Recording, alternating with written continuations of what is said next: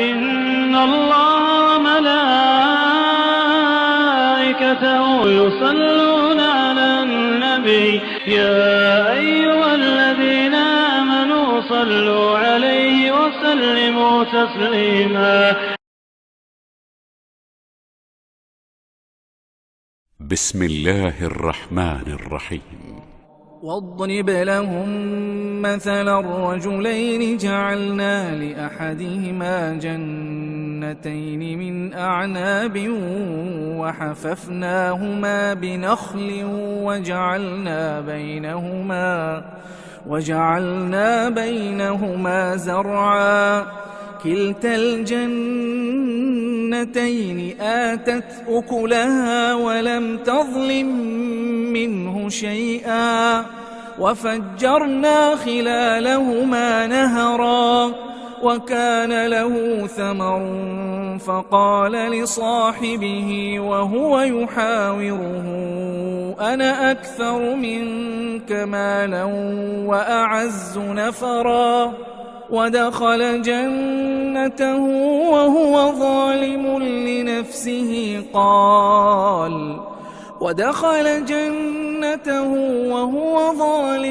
لنفسه قال ما أظن أن تبيد هذه أبدا وما أظن الساعة قائمة ولئن رددت إلى ربي لأجدن خيرا منها منقلبا.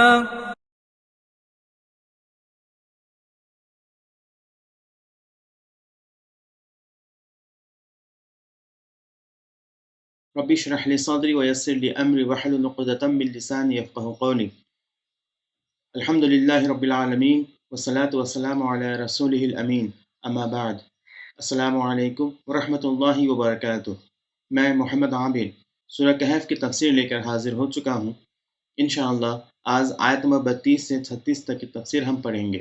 آیت نمبر 32 سے آیت نمبر 44 تک اللہ رب العزت نے دو لوگوں کے مکالمہ اور ان کے ڈسکشن کو بیان کیا ہے، اور اس ڈسکشن میں اللہ تعالیٰ نے یہ بتا دیا ہے کہ اللہ تعالیٰ کے فرما بردار بندے کیسے ہوتے ہیں اور ان کی سوچ اور ان کا عقیدہ کیسا ہوتا ہے، اور اسی طریقے سے اللہ تعالیٰ کے نافرمان بندے کیسے ہوتے ہیں، ان کی سوچ اور ان کا عقیدہ کیسا ہوتا ہے. ان دونوں باتوں کو بتانے کے بعد اللہ تعالیٰ نے یہ بھی بتا دیا ہے کہ جو اللہ کے نافرمان بندے ہیں ان کا کیا نتیجہ ہوتا ہے اور ان کا کیا حشر ہوتا ہے. یہ ہم لوگوں کے لیے ایک میسج ہے اور ہم لوگوں کے لیے ایک سیکھ ہے. اس سے ہم لوگ اپنی زندگی کو سنوار سکتے ہیں اور خود کو اللہ تعالیٰ کے نافرمان بندوں سے ہٹا کر کے دور رکھ کر کے اللہ تعالیٰ کے فرما بردار بندوں میں خود کو شامل کر سکتے ہیں انشاءاللہ. آئیے پڑھتے ہیں آیت نمبر 32. وَاضْرِبْ لَهُمْ مَثَلَ الرَّجُلَيْنِ جَعَلْنَا لِأَحَدِهِمَا جَنَّتَيْنِ. یہاں اللہ کے رسول علیہ الصلوۃ کو حکم ہو رہا ہے کہ وہ دو لوگوں کی مثال دے دیں. جَعَلْنَا لِأَحَدِهِمَا جَنَّتَيْنِ، اور یہ بھی بتا دیں کہ ان دو میں سے ایک کو اللہ تعالیٰ نے دو باغ دیے تھے، دو ہرے بھرے باغ دیے تھے، بہت خوبصورت اور بہت زیادہ بہترین باغ دیے تھے. من اعناب، وہ انگوروں کے باغ تھے. وَحَفَفْنَاهُمَا بِنَخْلٍ وَجَعَلْنَا بَيْنَهُمَا زَرْعًا، اور ان دونوں باغوں کو اللہ رب العزت نے کھجور کے درختوں سے گھیرا ہوا تھا، اور ساتھ ہی میں ان دونوں باغوں میں اللہ تعالیٰ نے کھیتی کا ذریعہ بھی رکھا ہوا تھا، یعنی کہ وہاں سے اناج بھی اس کو ملتا تھا. دیکھا جائے تو اوورآل وہ ایک بہترین نعمت ہے اللہ کی طرف سے، اور ایسی نعمت ہے جسے ہر کوئی چاہتا ہے اس دنیا میں اپنی زندگی گزارنے کے لیے. اور جو دوسرے لوگ سوچ رکھتے ہیں، جو دوسرے لوگ محنت کرنے کے باوجود بھی نہیں کما پاتے ہیں، اسے اللہ تعالیٰ نے اپنی طرف سے دیا ہوا تھا، اور بغیر محنت کے یا کم محنت کے اللہ تعالیٰ نے اسے عطا کیا تھا، اور دوسروں سے زیادہ اسے اللہ تعالیٰ نے دیا تھا. کلتا الجنتین آتت اکلہا، دونوں باغ اسے وقت پر پھل دیا کرتے تھے، یعنی کہ اسے ہر موسم اس کا پھل مل جایا کرتا تھا جسے وہ استعمال کرتا تھا. ولم تظلم منہ شیئا، اور اس میں ذرہ برابر بھی کم نہیں کیا جاتا تھا. جتنی کیپیسٹی ہے ان دونوں باغوں میں، اس کیپیسٹی کے مطابق اسے پورا پھل دیا جاتا تھا، اور بہترین اور موسم کے مطابق اسے پھل مل جایا کرتا تھا. وَفَجَّرْنَا خِلَالَهُمَا نَهَرًا، اور اللہ رب العزت نے ان دونوں باغوں کے درمیان ایک بہتا ہوا نہر بھی رکھ دیا تھا تاکہ اس پانی کے ذریعے سے دونوں باغ ہرے بھرے رہیں اور وقت سے پھل دیں۔ اگلی آیت میں بتایا گیا ہے وَكَانَ لَهُ ثَمَرٌ، اور اس کے پاس بہت زیادہ پھل تھے، یعنی کہ بہت زیادہ پھل کا وہ مالک تھا۔ اتنا سب کچھ ہونے کے ساتھ ساتھ اس کے ساتھ ایک دوست بھی تھا، یعنی کہ ایک ایسا دوست جس کے ساتھ وہ اپنی باتیں شیئر کر سکتا تھا۔ مگر اس نے اس کے ساتھ کیا بات شیئر کیا، آئیے دیکھتے ہیں۔ فَقَالَ لِصَاحِبِهِ وَهُوَ يُحَاوِرُ، بات کرتے کرتے اس نے اپنے دوست سے کہہ دیا انا اکثر منک مالا واعز نفرا، میرے پاس تم سے زیادہ دھن دولت ہے، پراپرٹی ہے، واعز نفرا، میرے پاس بہت زیادہ لوگ موجود ہیں، یعنی کہ میرے بازو بہت مضبوط ہیں، میرے مدد کے لیے بہت سارے لوگ ہیں جو تمہارے پاس نہیں ہیں، اور میرے پاس بہت زیادہ دھن دولت ہے جو تمہارے پاس نہیں ہے۔ تو اس سے یہ بات پتہ چلتی ہے کہ وہ شخص اللہ تعالیٰ کی نعمتوں کو پانے کے بعد نافرمان ہو گیا تھا اور اس کے اندر گھمنڈ نے گھر کر لیا تھا۔ وہ اپنے دوست کو بھی اس طریقے سے کہہ سکتا تھا اور اس کے اندر اتنی جرت تھی کہ وہ اپنے دوست کو کھڑے کھڑے ذلیل کر دے، اور اسے بنا بات کے ذلیل کرنا اس کی عادت ہو چکی تھی۔ یہ اس بات کی طرف اس آیت سے اشارہ ہمیں ملتا ہے۔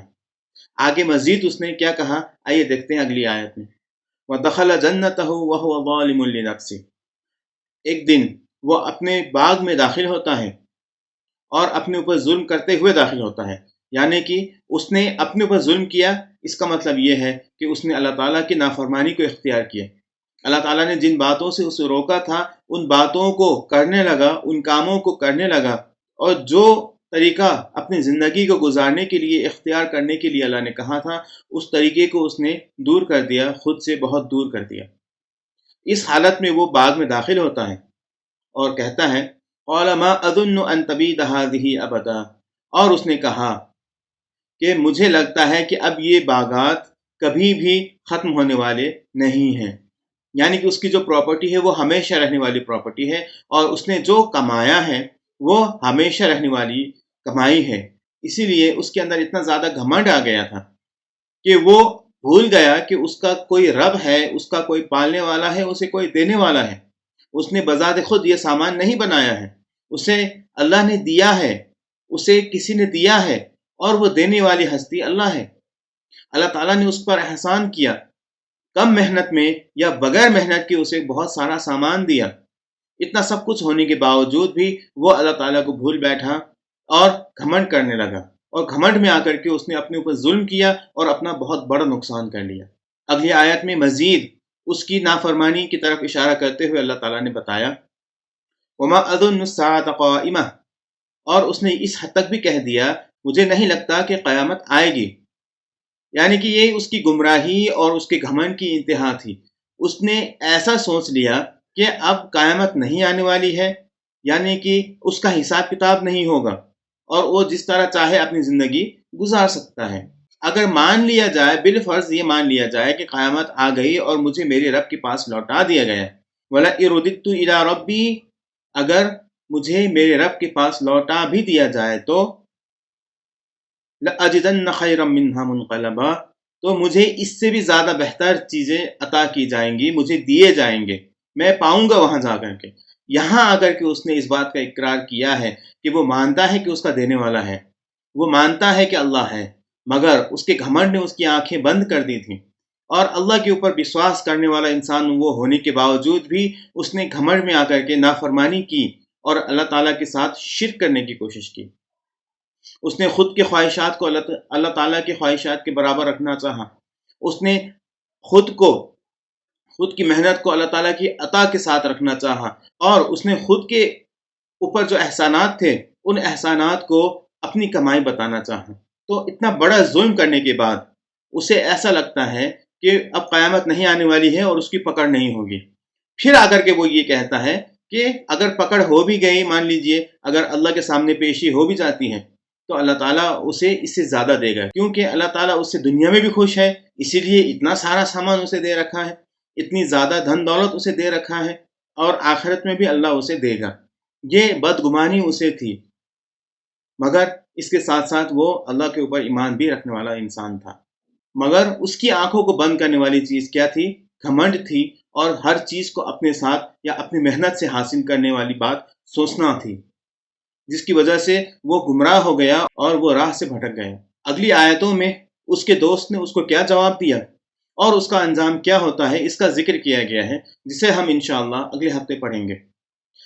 آج کے لیے بس اتنا ہی۔ اللہ تعالیٰ سے دعا ہے کہ اللہ تعالیٰ ہمیں اس قسم کے لوگوں سے بچائے رکھے اور ان عادتوں سے بھی ہماری حفاظت فرمائے، تاکہ ہم دنیا میں بھی اللہ تعالیٰ کی نافرمانی سے بچے رہیں اور آخرت میں اللہ تعالیٰ ہمیں اپنے فرما بردار بندوں کے ساتھ اٹھائے۔ آمین وآخر دعوانا ان الحمد للہ رب العالمین۔ السلام علیکم ورحمۃ اللہ وبرکاتہ۔